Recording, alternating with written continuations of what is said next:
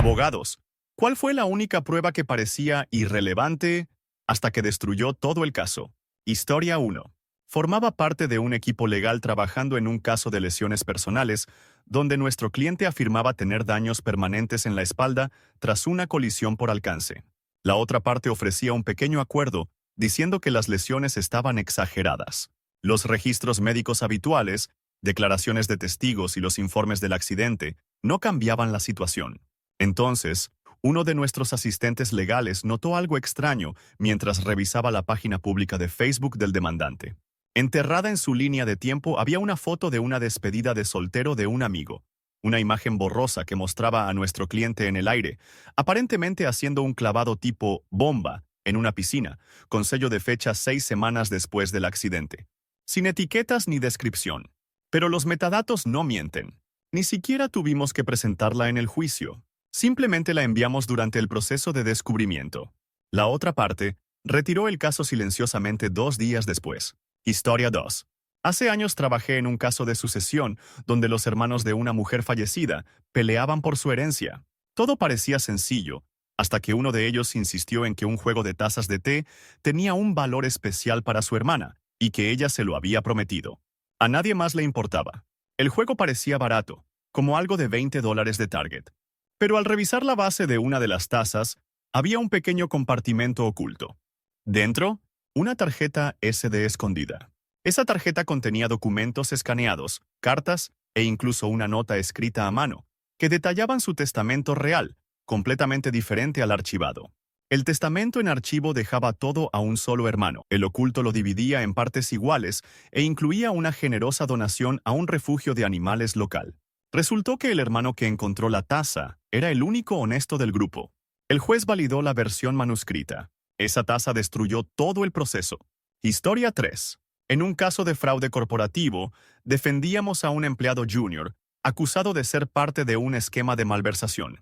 La fiscalía tenía correos electrónicos, rastros financieros y hojas de cálculo incriminatorias. Las cosas no pintaban bien. Durante el descubrimiento recibimos un lote de memorandos internos de años atrás.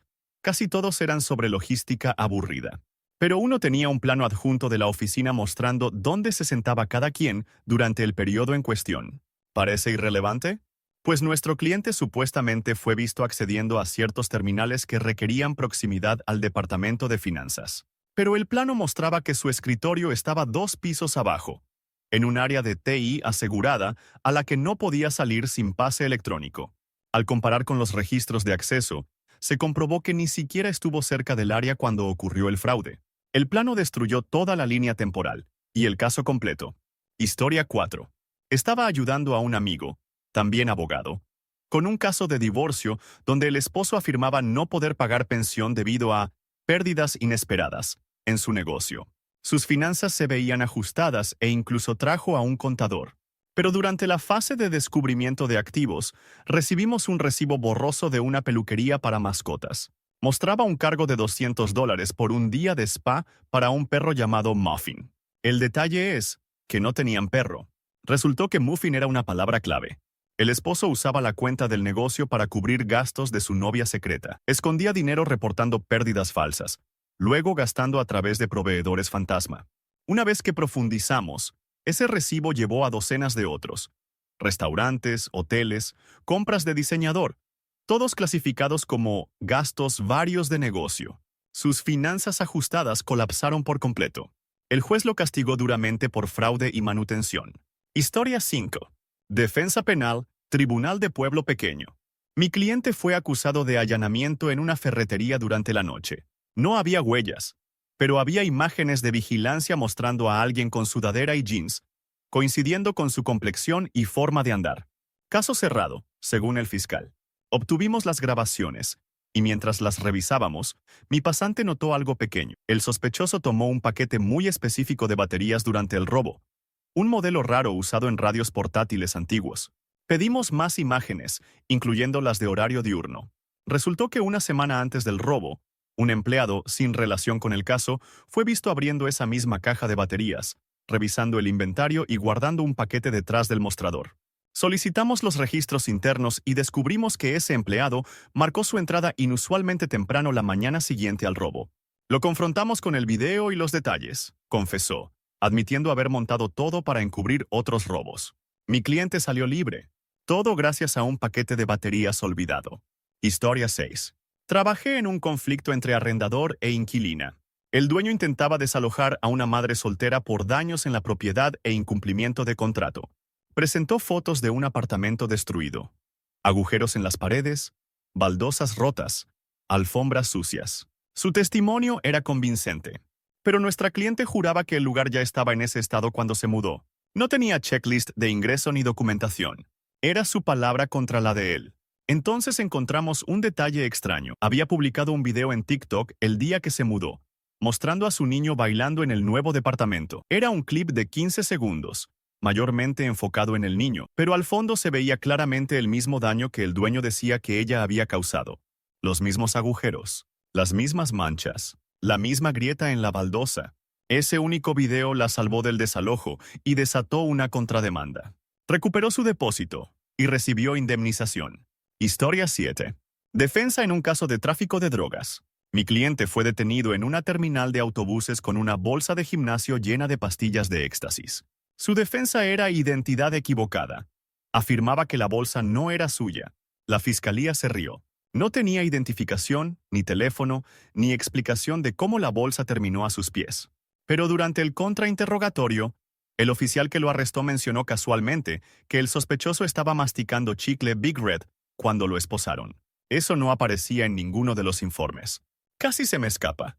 Pero importaba, porque al revisar las cámaras de seguridad de ese día, se veía a nuestro cliente, adicto al chicle de nicotina, en la estación, pero masticando algo blanco. El tipo con chicle rojo, otra complexión, otro sombrero, y lo más importante, entró con la bolsa. Mejoramos el video y lo comparamos con un conocido distribuidor que ya estaba en el radar de la DEA. Mi cliente estaba en el lugar equivocado, en el momento equivocado. El color del chicle lo salvó. Historia 8. Asistí en una batalla por la custodia donde el padre intentaba demostrar que la madre no era apta debido al consumo excesivo de alcohol. Presentó muchos rumores, mensajes de amigos preocupados, fotos borrosas en bares, recibos de licorerías, nada concluyente. Durante el descubrimiento, entregó documentos financieros, incluyendo una factura de agua que parecía irrelevante. Pero nuestro analista detectó algo extraño. El consumo de agua de la madre bajó drásticamente en el periodo donde él decía que ella bebía todos los días. Al investigar más, solicitamos más datos y descubrimos que la caída coincidía con el tiempo que ella y el niño pasaron en casa de su hermana, comprobado con fotos compartidas y citas de cuidados infantiles. Resultó que el padre había inventado toda la línea de tiempo.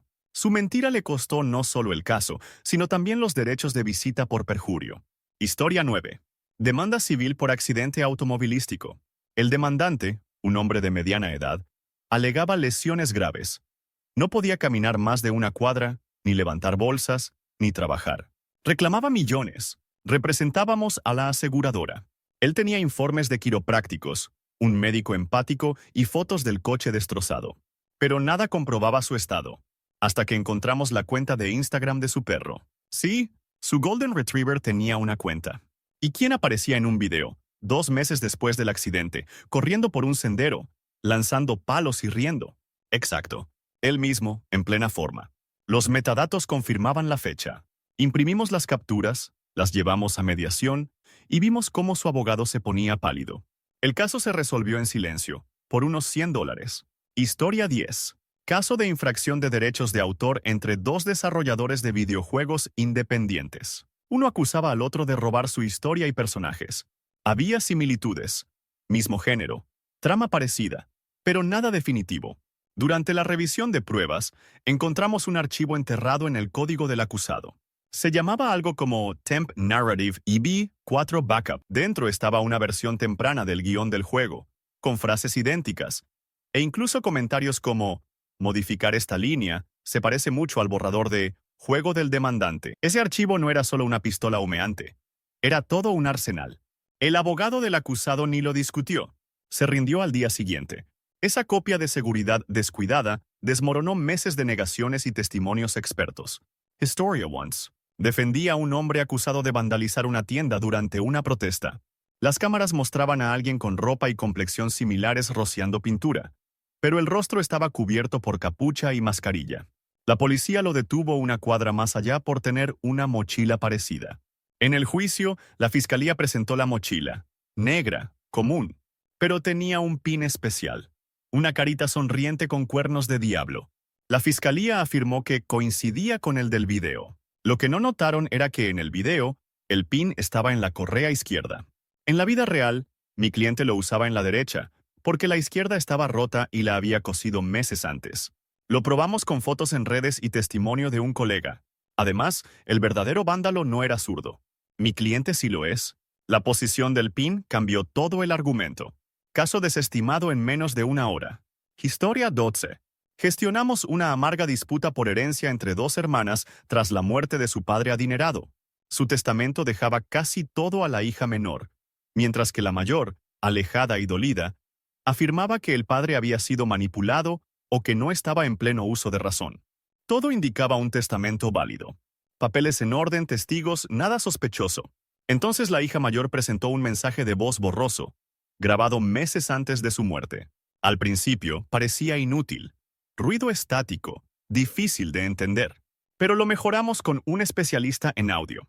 El mensaje captaba al padre riéndose con un amigo, diciendo cómo su hija cazafortunas seguía escribiendo testamentos como si fuera su pasatiempo. Se reía diciendo, «Déjala jugar a abogada. Cuando me vaya, el original está en la caja de seguridad».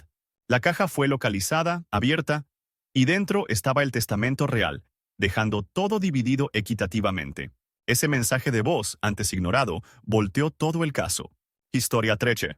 Trabajé en un caso extraño donde un hombre demandó a una empresa de alimentos, alegando que su burrito para microondas le causó quemaduras graves debido a un relleno fundido inesperado. Tenía fotos gráficas del hospital, recibos e incluso el testimonio de un experto sobre patrones de calentamiento inconsistentes.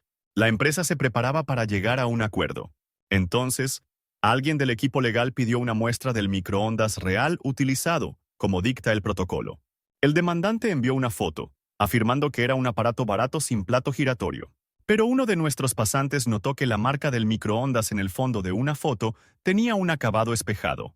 Al hacer zoom, se podía ver débilmente el reflejo de otro modelo en la encimera, uno que sí tenía plato giratorio y sensor automático de temperatura. Solicitamos registros de la tienda y confirmamos que había comprado el microondas nuevo un mes antes del incidente. Resultó que sobrecalentó intencionalmente el burrito en un microondas antiguo, prestado para fingir la lesión. El caso no solo se desestimó, terminó con cargos penales por fraude. Historia 14. Representé a una profesora acusada de dar ayuda no autorizada durante exámenes estandarizados. El distrito escolar alegaba que varias respuestas de estudiantes coincidían con frases comunes, usadas por la maestra, y lo tomaron como prueba de interferencia. Ella insistía en que no había visto las preguntas ni había estado en el aula ese día.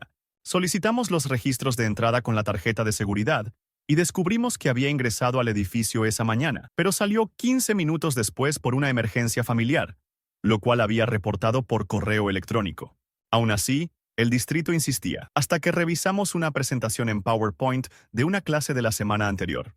La diapositiva número 4 tenía un diagrama de un problema matemático. Resultó que ese diagrama coincidía mucho con el formato de una de las preguntas del examen. No les dio las respuestas, simplemente los había preparado bien sin saberlo. ¿Las frases comunes?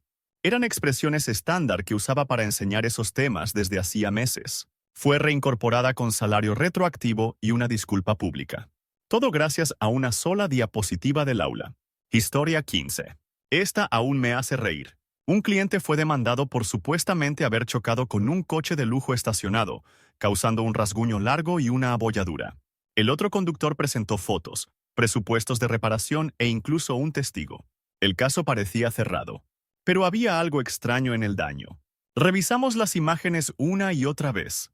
Finalmente, uno de nuestros abogados jóvenes notó algo en el reflejo del parachoques del coche, un poste de luz. Nada importante, salvo que ese poste no existía en el lugar del supuesto accidente.